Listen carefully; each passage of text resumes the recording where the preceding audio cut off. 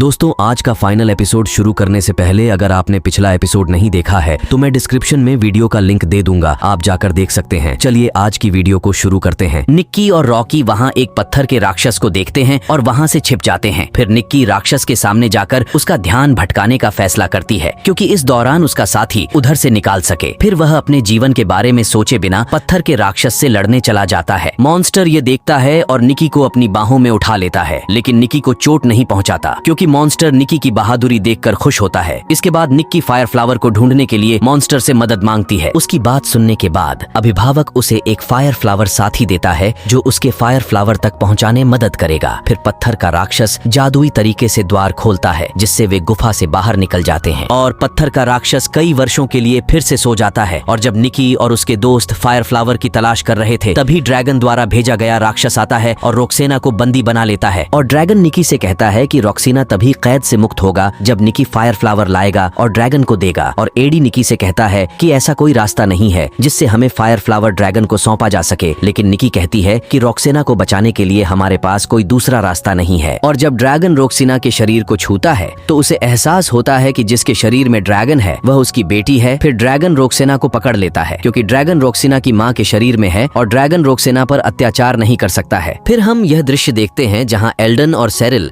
अपने परिवार के साथ जादुई विमान के साथ आकाश में एक पोर्टल खोलते हैं। वहीं दूसरी तरफ दिखाया गया है कि निक्की फायर फ्लावर फ्लाई का पीछा करते हुए फायर फ्लावर तक पहुंच जाता है और निक्की फायर फ्लावर फूल को देखकर बहुत खुश होता है। और जब निक्की फायर फ्लावर फूल तोड़ता है तो ड्रैगन को पता चल जाता है और एल्डन का जादू नष्ट हो गया जिससे ड्रैगन आजाद हो जाता है और अब ड्रैगन अंततः गुफा से बाहर निकल सकता है। और इस दृश्य में एल्डन और सेरिल और उसका परिवार पोर्टल के माध्यम से जादुई शहर में पहुंचते हैं और ड्रैगन के साथ ही साथ एल्डन को पता चलता है कि निक्की को फायर फ्लावर मिल गया है। इसके बाद निक्की ड्रैगन के पास जाता है और उससे फायर फ्लावर फूल के बदले रॉक्सेना को कैद से मुक्त करने के लिए कहता है। रॉक्सेना निक्की को ऐसा करने से रोकती है, लेकिन निक्की के पास रॉक्सेना को बचाने के अलावा कोई विकल्प नहीं था और फायर फ्लावर लेने के बाद ड्रैगन ने अपना शरीर वापस पा लिया। और रॉक्सेना की माँ के शरीर से ड्रैगन के बाहर आने के बाद रॉक्सेना की माँ को होश आ जाती है और रॉक्सेना से मिलकर बहुत खुश होती है और रॉक्सेना अपनी माँ से मिलकर बहुत खुश है।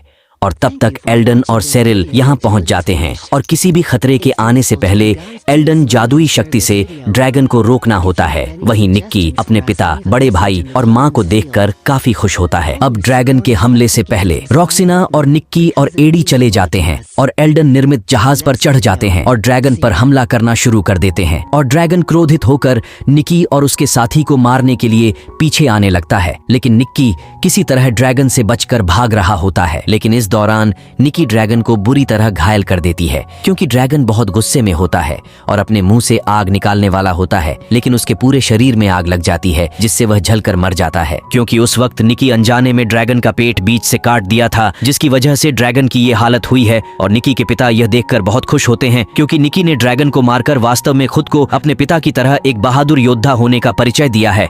और दूसरी ओर महान जादूगर एल्डन एडी को महान जादूगर बनने की जगह देता है। दोस्तों, वीडियो यहीं समाप्त होता है। आप कमेंट करके बताएं कि आपको वीडियो कैसा लगा और जाने से पहले वीडियो को लाइक करें। आप सभी को मेरे दिल से धन्यवाद।